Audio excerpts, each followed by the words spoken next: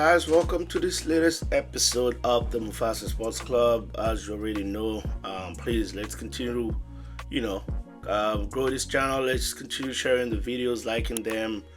Let's just continue to grow, guys. Really appreciate the support, and I would not stop mentioning that. So, thank you again. And today we're gonna cover the upcoming season preview for the Memphis Grizzlies, the Miami Heat, the Milwaukee Bucks, and the Minnesota Timberwolves. Those are the four teams that we are going to focus here and see what was done during the summer and what we should be expecting for the season for these teams. Starting with the Memphis Grizzlies. The Grizzlies, very interesting summer for them. Pretty flexible financially. They got $23 million of money to get to the first April where they had cap, so they have flexibility if they need to make some moves. They also have some movable contracts and picks that they can also utilize. I think they have some players that could be attractive to other teams as well. So very good financial flexibility for me for Milwaukee, Memphis. The ceiling, however, is really going to depend on one, health. They're already dealing with, two of the centers in Jaren Jackson Jr. and Zach Edey being unavailable for the beginning of the season. So that's to watch and see how healthy these guys can be. The star player, Morant, obviously, also in and out of the rotation a lot these past years. So can he stay healthy? Can he stay out of trouble? Hopefully also outside the basketball court would be interesting to watch. But besides all this, I think they did some very good additions. They had some very good additions in Ty Jerome that they're able to get from Cleveland, who can come in and be that combo guard, whether it's shooting or point guard for them. The addition of Kentavious Caldwell-Pope, who obviously for a lot of people is under a bad contract with what he signed with Orlando, but might be on a redeem year, and it's going to be interesting to see if he can get back to the level where he was at with Denver on their championship run, or even get close to that, because he can still be a 3-and-D player who could defend the best opposing team guard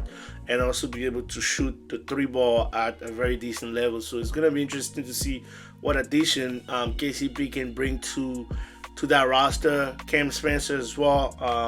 It's going to be interesting to see what a guy like him can bring to this roster. They're going to get GG Jackson back this year. I'm expecting him to be healthy and bring another element to this team as well. Jalen Wells is in his second or third year, I believe now. So I'm expecting Wells to be also a part of the rotation for now. Cedric Howard, who was drafted as a first round pick this year in this year's draft, will be interesting to see what he can bring to this roster. They were able to bring Santi Aldama back. Brandon Clark also is back, obviously dealing with his injuries out there. Scottie Pippen Jr., who has been very productive for this team in the past 2 years, is also expected to take another jump out there. So one of the most important things, like I was saying, will probably be the health of this team first, and then if they do stay healthy with the healthy Morant and Jaren Jackson Jr. and Zach Edey coming back, this is a team that could make some noise in the West. The past 3 years, if I'm not mistaken, they always managed to find themselves in the first ranks for a very long time. So it's going to be interesting to see that, and based off of that, we could see down the line what the front office might be able to do if they really feel like there's a shot out there to go really all in and compete, because they, like I said earlier, they have the flexibility to do so. And I think this is a team that could get some additional helps in terms of 3-point shooting. I think that would be interesting to see if they can maybe go get a guy who could be a deadly 3-point shooter in the rotation. I don't think this team has a lot of issues in terms of rebounding per se. They're pretty big in terms of size, but especially in the playoffs, that never really hurts. But it'll be interesting to see. Those will probably be the areas where I think they might need some help, and obviously playmaking also, if they're able to find a guy who can be able to play make for them as well. But I'm gonna say I'm giving them a ceiling of a second round exit in the Western Conference for now.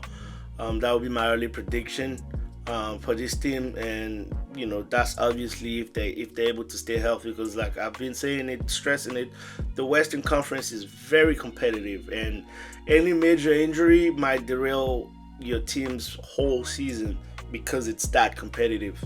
So they're already gonna be without Edie and Jaren Jackson Jr. for the beginning of the season. I wouldn't be surprised if it's a tough start. That might be pretty tough to even recover from already. So I'm gonna be watching out for Memphis and see what this season can look like for them, and what Morant is able to bring to the table this upcoming season. But it's a team to watch out, especially if they're clicking well. They might be going, for another player to really go at this thing and try to get a good run, especially because they've been, pretty decent when playing against Oklahoma City, the defending champion. So they might feel like they can compete against them. So it's gonna be interesting to see what the season looks like for them. Like I was saying, the Miami Heat, hard cap at the first apron, $7 million under the apron there.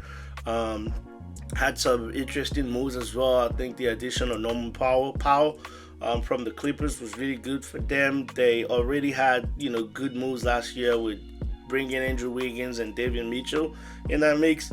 The acquisition of Kasparas Yakuchonis in the draft, I think, will be very good for the Heat. I think he brings that playmaking ability and also that shooting with the size that comes with it. So I really like Yakuchonis for Miami, especially in that Heat culture that Miami has, and helping guys develop out there. So it's gonna be interesting to see what he can bring to that mix. They were able to grab Precious Achua a couple of weeks ago. I'm excited to see what he can also bring to that Heat team, which is obviously now led by Bam Adebayo and Tyler Hero. But I think this is still a team that needs a deadly scorer to make that jump and go to their championship aspirations, and why not get another NBA title. But I'm expecting guys like Nikola Jovic, Khalil Ware, who was drafted last year, to make another jump and affirm themselves again in this Eastern Conference. Jaime Jaquez Jr., who had a somewhat of a down year last year, I'm expecting him to get back on track as well. And obviously the leadership of Tyler Hero and Bam Adebayo, alongside the head coach Coach Spoelstra, who was just nominated to be Team USA coach for the next probably 4 years until the Olympics, or 2 years, I don't really remember. But anyway, it's gonna be quite interesting season for the Heat, because I feel like they're in that middle where they don't need much to be contending, especially with the way the East is, and I've been saying it, but they will have to do that by committee, because I just don't think they have any player on that roster right now who can average 25-30 points a game for the season.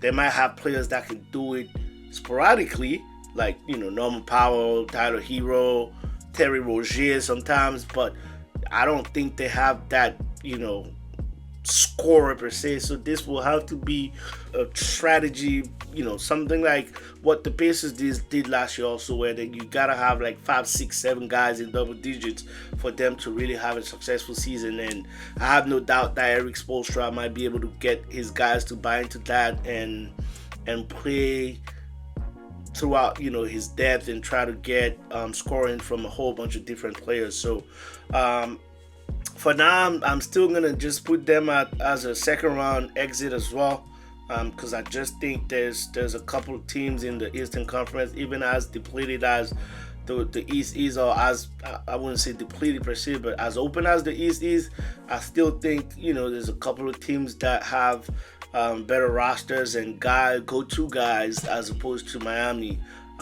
for this upcoming season. So that I would say the second round exit will be my prediction for them, and anything past that will definitely be overachieving even for the so-called hate culture.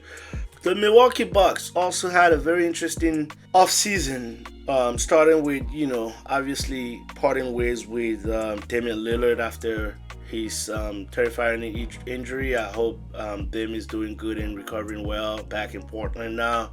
And then the wave and stretch that happened to him, which actually allowed the Bucks now to have some immediate flexibility, even though that might be an issue down the line. But who cares? They believed that they had to do what they needed to do to give themselves a chance, and allowed Giannis Antetokounmpo to feel like they still have a chance to compete. And when you got a guy of his caliber, that's what you just do. So they now pretty flexible financially. They don't have any hard cap restrictions, so they $19 million, almost 19.5 under the first apron, $31 million under the second apron,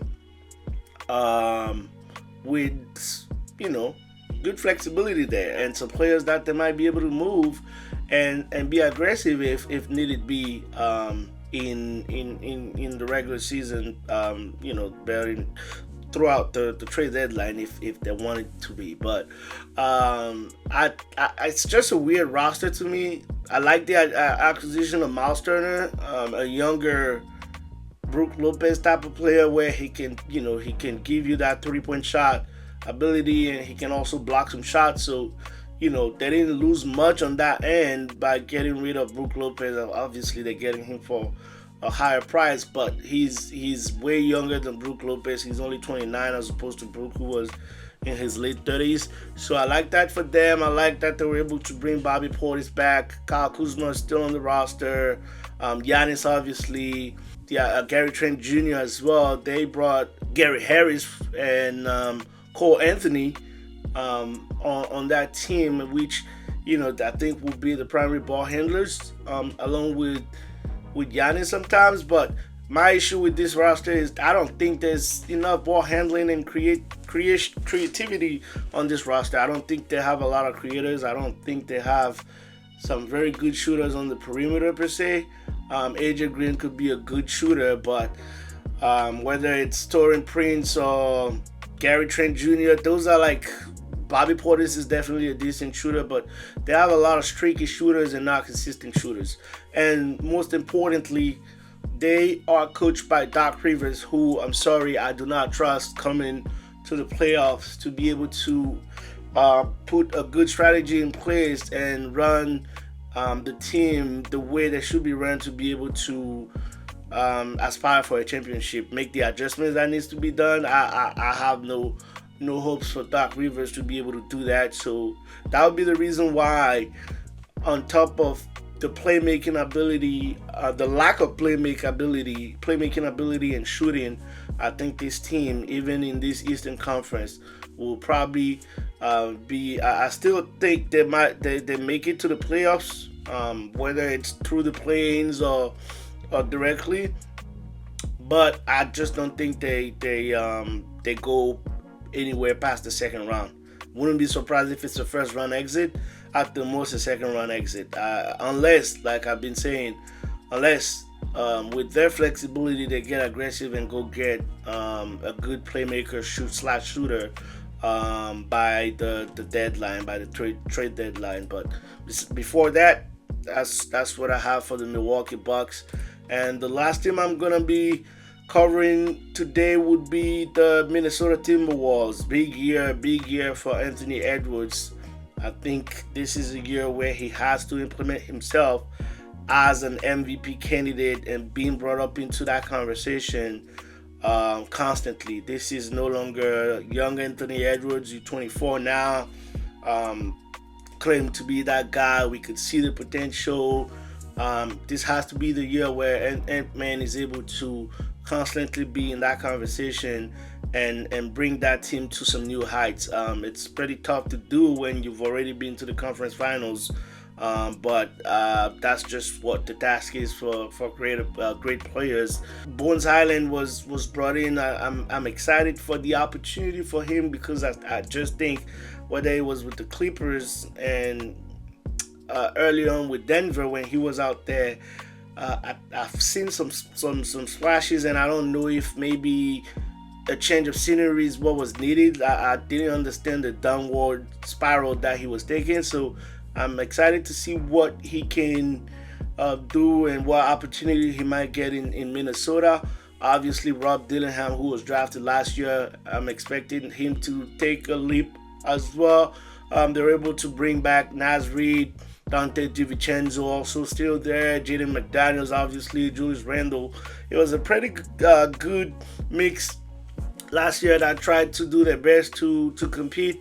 Weren't able to do so. I still think teams like Denver and the reigning defending champions, the Oklahoma City Thunder, are above them. But for me, those are the top two teams in the West, and then there's and obviously the Houston Rockets, and then there's a deep after that in who is gonna be able to get to that third, fourth spot in the West. So a roster that will rely a lot on continuity and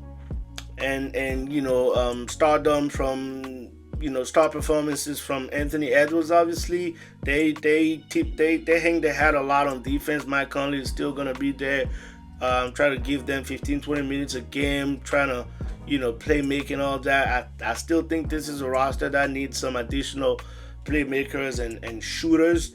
Rudy Gobert is still there doing his thing on defense and not much on offense per se, but interesting roster still. I would not they don't have a lot of flexibility. They're barely $3 million under the second apron, so it's an expensive roster with the extensions that they gave to obviously Julius Randle and Naz Reid. So these guys will be demanded a lot. They will have to perform at a very high level.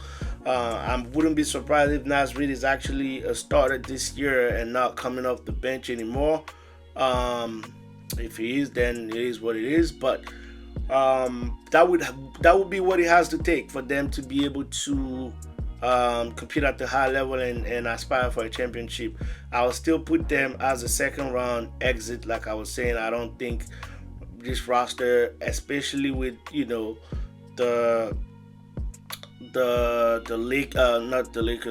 Houston Rockets getting to contention now with KD, I just don't think they have enough to be able to be in these Western Conference Finals when I have these three teams already as contenders. And then you still gotta see what the Warriors and the Lakers and the Clippers that I talked about also might be able to do. So, excuse me, I'm putting a second round exit on the Minnesota Timberwolves, and maybe after that, they're able to shed some salaries and we can see what they have the following season. But that's pretty much what I had for these four teams in terms of outlook of what the season will look like and what they did. And please continue to subscribe to the channel, continue to share the videos, like them, and enjoy the rest of your week, and I'll catch you in the next episode. Ciao.